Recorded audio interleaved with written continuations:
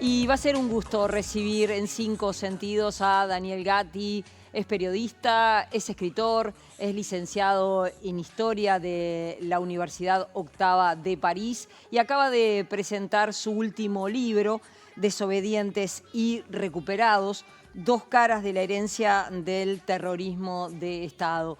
Bienvenido, un gusto, ¿Qué Daniel, tal, Ana? recibirte en Canal Encantado. 5. ¿Qué tal? Daniel, ¿cómo surge esta historia? ¿Qué es esto de desobedientes y recuperados? Ujú. Bueno, la historia surge a partir de artículos que fui haciendo en Brecha, donde trabajo hace mucho tiempo. Ahora soy editor de parte internacional. Surge a partir de un interés por los dos temas que son los que se cruzan en el libro. Por un lado, estaba trabajando sobre el tema de la recuperación, o sea, de la reaparición de una nieta, o sea, una hija desaparecida que recupera su identidad en Argentina, cuyo padre biológico vive en Uruguay hace más de 30 años, cuyo hermano biológico vive en Argentina y su medio hermano también vive acá en Montevideo. Se llama Marcela Solsona. Ella recuperó la identidad en el 2019, después de mucho tiempo de búsqueda de sus parientes. Eso por un lado. Reconstruí la historia de ella y en paralelo estaba trabajando también sobre otro tema que no tiene absolutamente nada que ver, pero sí tiene mucho que ver, que es el de la Historia de Desobedientes, que es un grupo que se crea en Argentina en el 2017 a partir de hijos, que en su mayoría son hijas, de represores que repudian a sus padres, repudian la historia familiar y se constituyen en grupo y empiezan a hacer todo un trabajo de elaboración de memoria desde el otro lado eh, y denuncian lo que les pasaba en su casa cuando eran chicas y al mismo tiempo lo vinculan con la represión política. Ese caso después tiene una derivación también en Uruguay. 5 años después se crea una filial uruguaya del grupo, también a partir de hijas de represores que también repudian la historia familiar. Y bueno, el libro justamente está dividido en dos capítulos diferenciados. Una es la historia de desobedientes y otra es la historia de la familia de Marcela Solsona. Y ahí entro, o sea, supongo que el lector habrá los cruces que se tienen que hacer entre unas y otras que son no evidentes así en principio, pero que tienen mucho que ver, hay un patrón común de ocultamiento de la historia, tanto en un caso como en el otro, de violencia, tanto en el caso como en el otro, una violencia simbólica, en el caso porque en ninguno de los dos casos saben la verdadera historia, personal y familiar y política, y física, o sea, porque en muchísimos casos, tanto unos como otros viven una situación de violencia física. No tanto en el caso de Marcela, porque ella no vivió ningún tipo de violencia en su familia, tuvo una relación relativamente correcta con sus padres adoptivos, digamos, que tampoco eran adoptivos, eran padres apropiadores, digamos, pero porque le fue entregada a ella por militares. Pero hay una... Recién se entera ella de su historia cuando tenía 19 años, de manera casual. Se entera que no era hija biológica de los padres de los que creía que era hija y va descubriendo poco a poco una serie de mentiras y de historias y de violencia paralela, o sea, no física en este caso, en el caso de ella, pero en otros casos sí, de una violencia física brutal. Ujú. Eh, Vos en el libro aparece el concepto todos estamos dañados. sí. ¿Qué significa eso? Bueno, eso lo dice una muchacha chilena que ella tiene una doble condición, porque por un lado es hija de presos políticos de la dictadura chilena, exiliados. Ella vive en París hace mucho tiempo, los padres viven en México.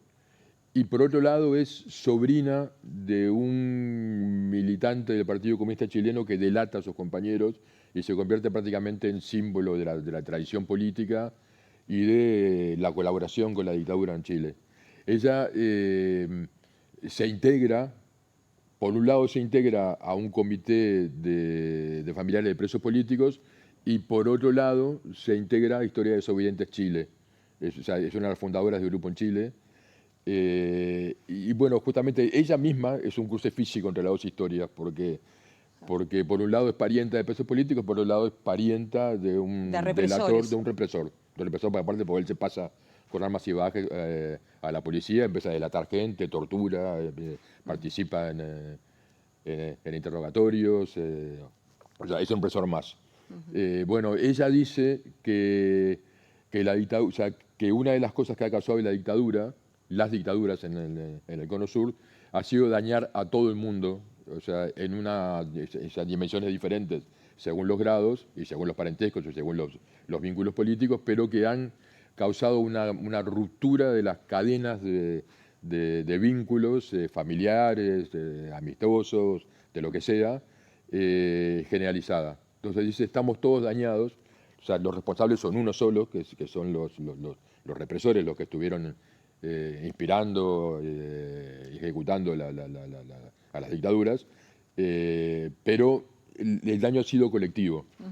Hay historias que son impactantes, por ejemplo, el caso de la hija del represor argentino Eche Colatz, que ella se quita el apellido de su padre, ¿no? Sí. Digo, es decir, hay como historias que son fuertes. Claro, acá en Uruguay no ha habido casos así, o sea, ninguna de las hijas de represores que están en Historias de Obedientes ha querido repudiar el apellido. Aparte, ni siquiera tienen necesidad porque en el caso de ellos, ellas se crean el grupo uruguayo después que mueren los padres. En el caso argentino es distinto porque la mayoría son hijas de padres que estaban con vida, presos o libres o lo que fuera, y incluso hay un debate entre ellas por el tema de la aportación de apellido. Eche Colatz, justamente Mariana Dos Pasos se llama ahora porque adoptó el apellido de la madre, repudia al padre y lo hace público y dice yo no quiero llevar más ese apellido que tiene toda una carga simbólica, física, política tremenda. Hay otros casos, por ejemplo, Analía Escalinet, que es otra de las fundadoras del grupo, que dice el que tiene que renunciar al apellido es mi padre y no yo. Es él el que lo empañó y el responsable de que haya, o sea, de que esté vinculado a una historia terrible. Y entonces ella saca un libro en que reafirma su condición o sea, reconoce ser hija de ese hombre, pero al mismo tiempo dice yo no tengo por qué yo ser la que renuncia al apellido. La que renuncia al apellido. Es curioso, aparte por el caso de ella, porque el padre, estando preso y acusado de un montón de delitos, porque es impresionante la cantidad de delitos que tiene el padre de Calinek, el padre la acusa a la hija de ser indigna portadora del apellido y le quiere sacar la herencia familiar. Bueno, toda una cosa insólita. Por eso te digo que esos cruces que se dan, que son justamente, ahí también te revela en la cotidiana lo que es lo que decía esta chilena, Verónica Stay se llama, que habla justamente de estamos todos dañados porque hay una confusión y un reparto de barbaridades que es como que cuestiona a todo el mundo, o sea, no solamente a los parientes y a las víctimas directas, sino también a toda la sociedad, en definitiva. Este grupo que se crea en Argentina, Desobedientes, Sí. es inspirador de nuestro propio grupo, es inspirador del chileno, pero también inspiró en Italia, en España. Ha sido de inspiración mundial el grupo que se creó. Es impresionante, sí. Ellos, los argentinos bueno, a partir del grupo argentino se formó el grupo uruguayo, el chileno, hay uno en Paraguay también, un grupo reducido en Brasil, en El Salvador, y también han ido a Italia y a España. O sea, creo que sobre todo en Italia ya está constituido, me parece, no estoy muy seguro de eso, pero lo que han, es el ejemplo argentino ha cundido en muchos terrenos, pero en ese caso, en Italia, en Alemania, en España, había habido un montón de casos individuales, por supuesto, de repudio de hijos de funcionarios nazis, fascistas o franquistas a sus padres, pero han sido sobre todo impulsos individuales, justamente, muchos, pero individuales.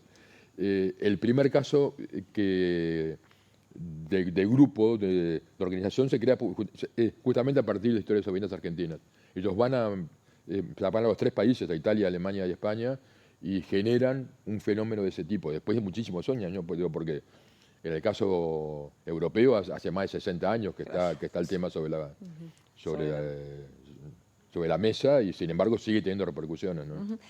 Daniel, también está que aparecen historias realmente muy, muy terribles, ¿no? Digo, decir, en el caso de chicos que son adoptados, que sufren maltrato, Sí. que se preguntan, ¿no? Digo, decir, ¿qué pasa? ¿Por qué destilas contra mí tanta rabia, tanto odio, tanto maltrato?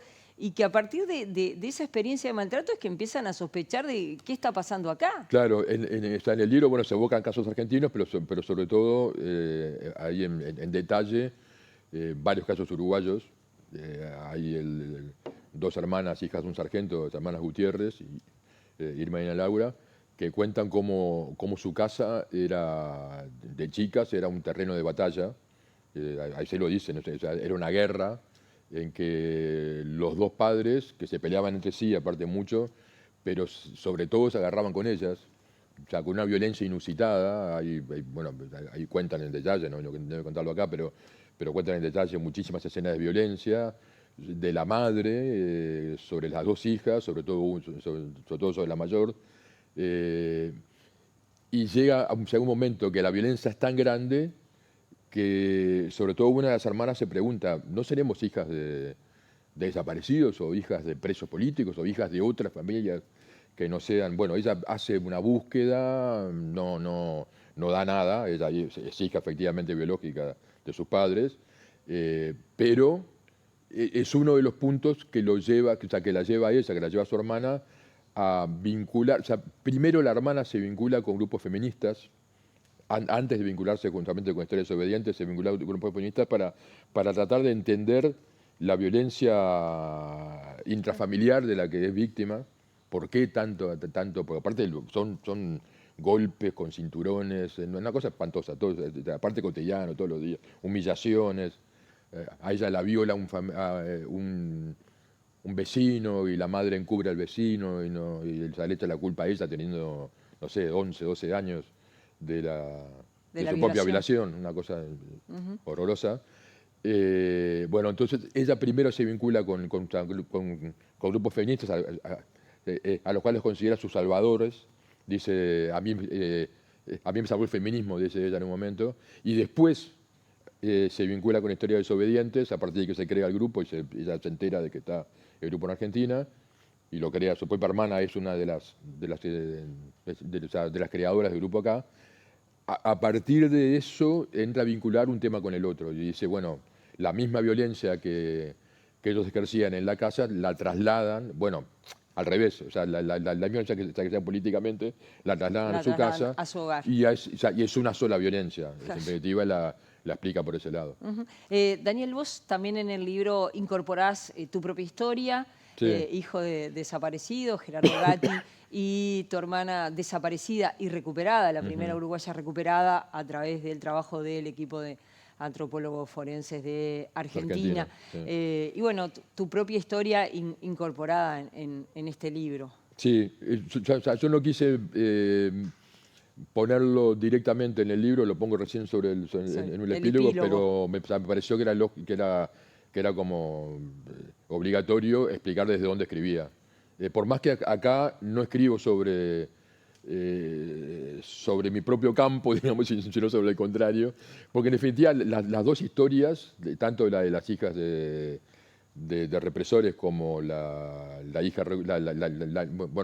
nieta recuperada por Abuelas del Plaza de Mayo, tienen que ver porque vinculan justamente los apropiadores de Marcela Solsona en un punto estaban vinculados con la dictadura argentina. O sea, no está muy claro todavía hasta qué grado, pero sí, es obvio, o sea, porque ella llega a esa familia por algo, ¿no? Bueno, esa historia que concierne a gente, digamos, del otro lado de la barricada, para hablar de una manera, no me concierne a mí directamente, pero sí también, en definitiva. Estás ahí. Estoy ahí. Daniel Gatti, ha sido un gusto recibirte esta mañana. Nosotros seguimos en Cinco Sentidos.